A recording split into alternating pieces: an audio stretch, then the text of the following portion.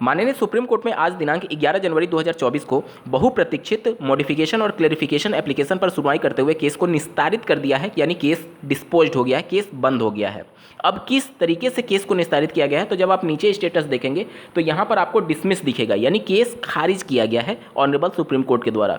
इसका क्या मतलब होता है केस खारिज होने का? क्या बीएड अभ्यर्थियों की जो एलिजिबिलिटी है वो 28 जून 2018 से ही कैंसिल मानी जाएगी? क्योंकि बहुत कुछ भ्रामक खबरें सोशल मीडिया साइट्स पर चल रही हैं। यहाँ पर मैं बिल्कुल आपको क्लियर कर दूं कि अगर आप निष्पक्ष होकर के और न्यूट्रल होकर के वीडियो देखेंगे तभी पूरे वीडियो को आप समझ पाएंगे। अन्यथा की कंडीशन में अगर आप किसी एक पक्ष की तरफ झुकाव महसूस करेंगे तो आपको ये वीडियो उतना समझ में नहीं आएगा। तो मेक श्योर कि आप न्यूट्रल होकर के ही इस वीडियो को अंत तक देखें, अन्यथा इस वीडियो को यहीं पर आप स्किप कर सकते हैं। नमस्कार दोस्तों, मेरा नाम है नीरज। आप देख रहे हैं कैरियर बिट यूट्यूब चैनल। अगर आप इस चैनल पर पहली बार विजिट कर रहे हैं तो इसको सब्सक्राइब करते हुए बेल आइकन को प्रेस करना ना भूलें।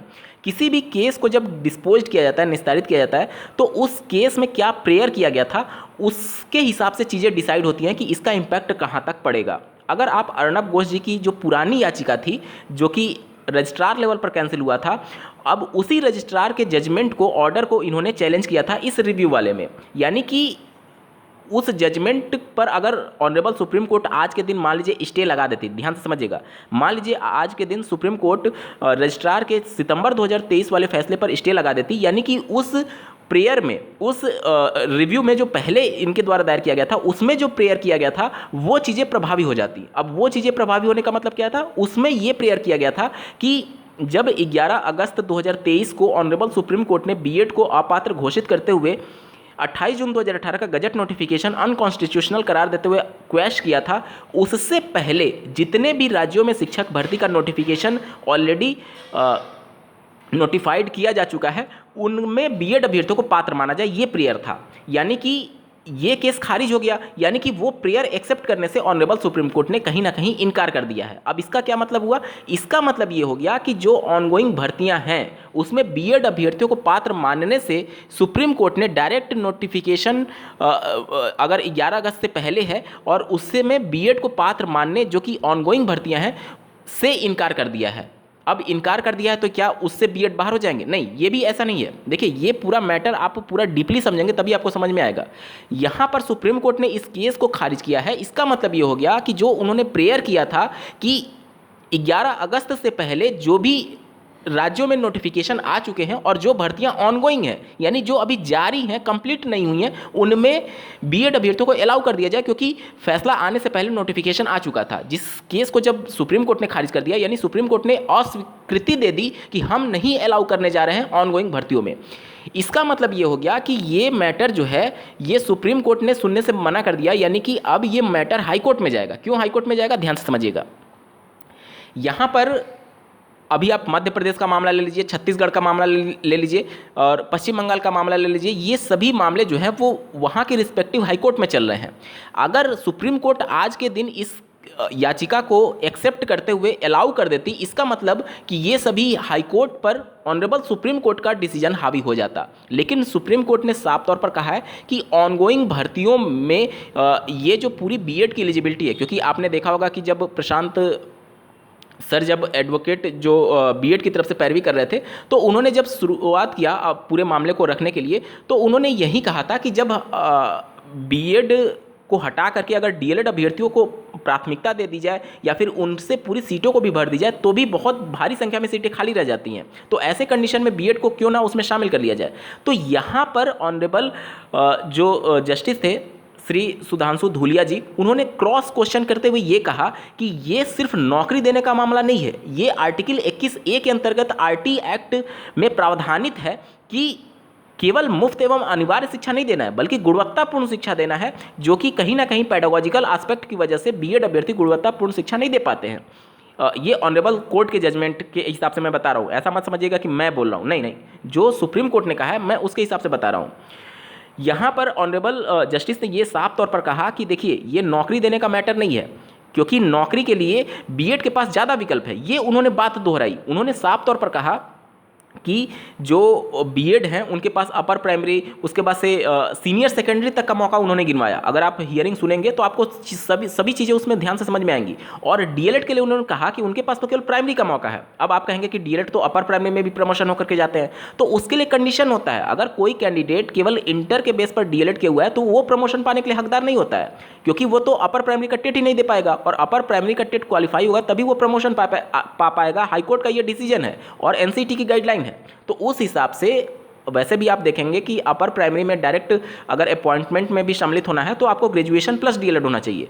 तो अधिकांश राज्यों में आप देख लीजिए, मैक्सिमम राज्यों में लगभग 80 से 90% राज्यों में इंटर के बेस पर ही डीएलएड होता है। उत्तर प्रदेश एक एक्सेप्शनल है, एक अपवाद है जहां पर ग्रेजुएशन के बाद डीएलएड होता है। तो जहां मेजॉरिटी की बात होती है वहीं की बात तो सुनी जाएगी। तो वहीं बात ऑनरेबल जस्टिस ने ये कहा कि डीएलएड के पास तो केवल प्राइमरी का मौका है, कक्षा 1 से 5, वो ना तो प्रमोशन पा पाएगा और डायरेक्ट रिक्रूटमेंट में भी अपर प्राइमरी में सम्मिलित नहीं हो पाएगा क्योंकि ग्रेजुएशन उसके पास नहीं है।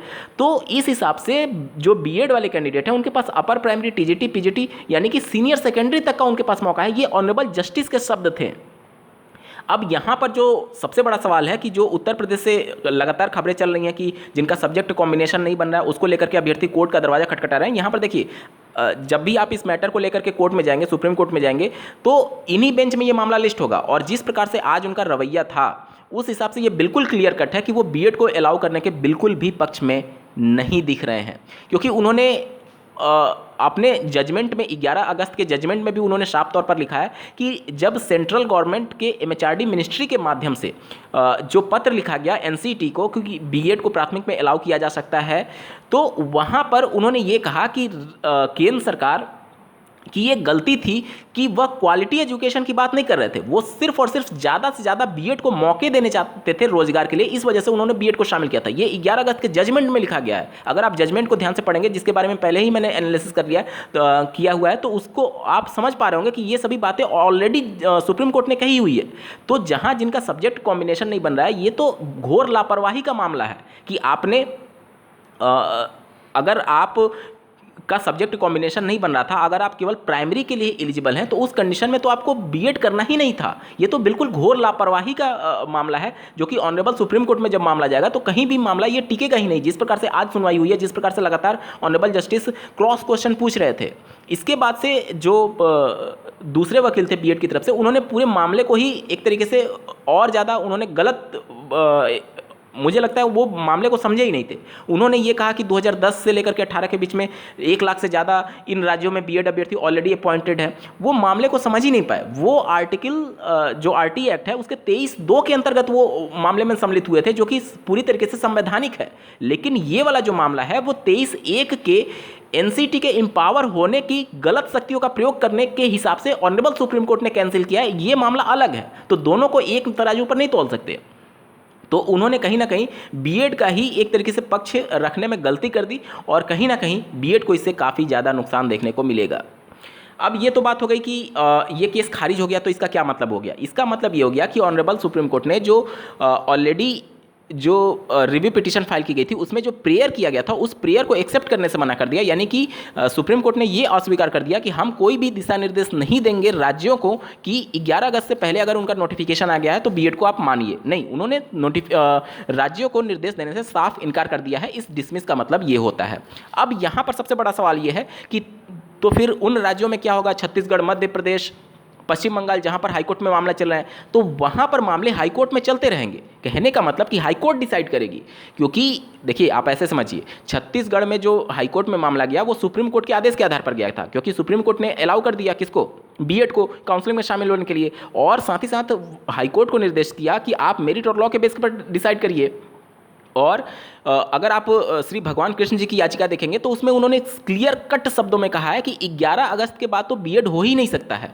सुप्रीम कोर्ट ने साफ शब्दों में कहा है। और छत्तीसगढ़ में जो बीएड अभ्यर्थियों की ज्वाइनिंग हुई है वो 11 अगस्त के बाद हुई है। तो एक बहुत बड़ा खतरा उनके ऊपर मंडरा रहा है। मध्य प्रदेश की जहाँ तक बात करें तो मध्य प्रदेश तो ऑलरेडी सब्जेक्ट टू आउटकम ये भर्ती हुई है। तो ये सभी जो भर्तियां हैं निश्चित तौर पर हमेशा सवालों के घेरे में रहेगी और हमेशा इन पर तलवार लटकता रहेगा।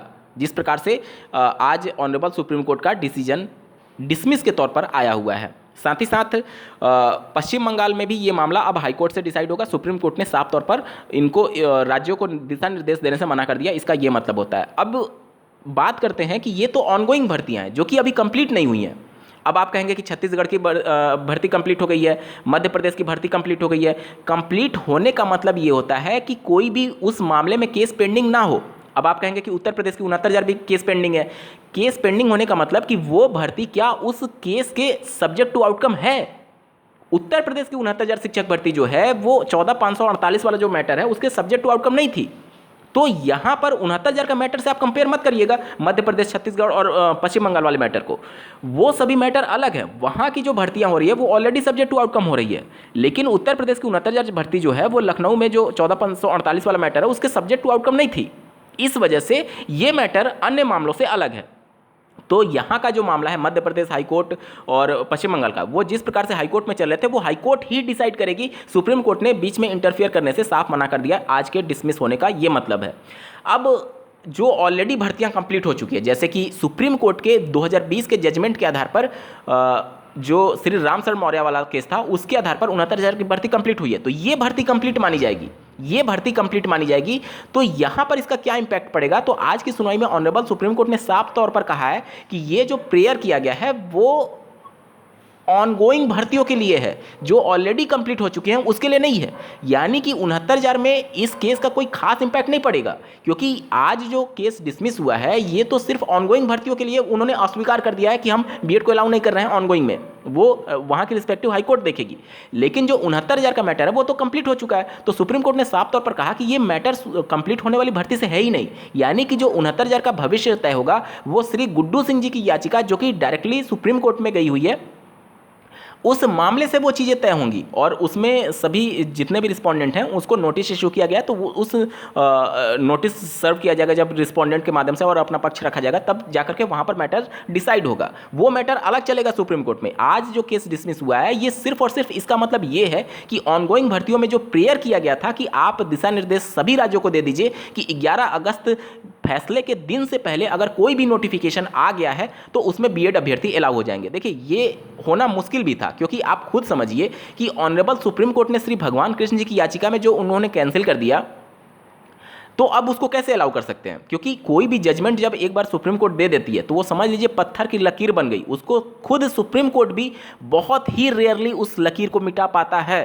क्योंकि आप संविधान पढ़ेंगे तो उसमें ये सब बातें मेंशन की गई हैं कि जो एक बार जजमेंट दे दिया गया वो आने वाले समय के लिए उस जजमेंट एक तरीके से आधार बनता है। हाईकोर्ट के लिए वो जजमेंट आधार बनेगा। इसीलिए तो कहा गया है, आर्टिकल 141 में ये बातें मेंशन की गई है कि सुप्रीम कोर्ट के फैसले से बाउंड होगी हाईकोर्ट, चाहे किसी भी राज्य की हाईकोर्ट हो।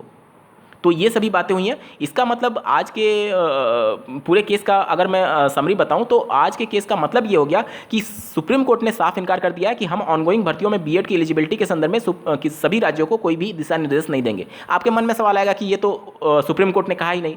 आपको ये समझना होगा कि इसमें प्रेयर क्या था। प्रेयर यही था कि आप दिशा निर्देश दे दीजिए, जिसको रजिस्ट्रार ने कैंसिल कर दिया था। वो फिर से चैलेंज किया गया रजिस्ट्रार के फैसले को, यानी कि इनडायरेक्ट वे में वही प्रेयर यहां पर था कि आप दिशा निर्देश दे दीजिए सभी राज्यों को, जहां पर 11 अगस्त के पहले नोटिफिकेशन आ चुका था, जिसे सुप्रीम कोर्ट ने खारिज कर दिया। यानी सुप्रीम कोर्ट ने दिशा निर्देश देने से साफ मना कर दिया कि हम ऑनगोइंग भर्तियों में बीएड को अलाउ नहीं कर रहे हैं। इसका मतलब ये हो गया। ये तो बात केवल ऑनगोइंग भर्तियों की हुई, और जो कंप्लीट हो चुके हैं जैसे 69,000 शिक्षक भर्ती, वो ऑलरेडी डिसाइड होने के लिए सुप्रीम कोर्ट में लिस्ट हुआ है, तो वो उस मैटर से डिसाइड होगा। मध्य प्रदेश, छत्तीसगढ़ और पश्चिम बंगाल की जहां तक बात है तो वो वहां के रिस्पेक्टिव हाईकोर्ट में जो मामले चल रहे हैं वहां से डिसाइड होगा। इस केस का इंपैक्ट सिर्फ और सिर्फ अर्नब घोष जी की जो रिव्यू वाला मैटर था कि वो आप दिशा निर्देश दे दीजिए, उसको केवल खारिज किया गया। बाकी जो जहां केस चल रहा था वहां पर वो केस चलता रहेगा। 69,000 की भर्ती श्री गुड्डू सिंह जी की याचिका से डिसाइड होगी, ठीक है। और जहां तक बात है 14,548, तो वो मैटर अभी लिस्ट नहीं हो पाया है, और जैसे ही लिस्ट होगा उसके बारे में क्या आगे की हियरिंग हो पाती है नहीं हो पाती है वो सब चीज़ें भविष्य तय करेगा, ठीक है। क्योंकि 69,000 की शिक्षक भर्ती जो है वो फाइनल आउटकम जो जजमेंट 2020 में दिया गया उस जजमेंट के आधार पर हुआ है। और अगर आप रजिस्ट्रार का ही जजमेंट देखेंगे जिसमें उन्होंने अर्नब घोष जी की पहले याचिका वाली खारिज कर दी थी, उसमें उन्होंने यही कहा था कि जब एक बार सुप्रीम कोर्ट ने आदेश दे दिया तो पुरानी भर्ती को उस आदेश के आधार पर रीओपन या फिर रीहियर नहीं कराया जा सकता है।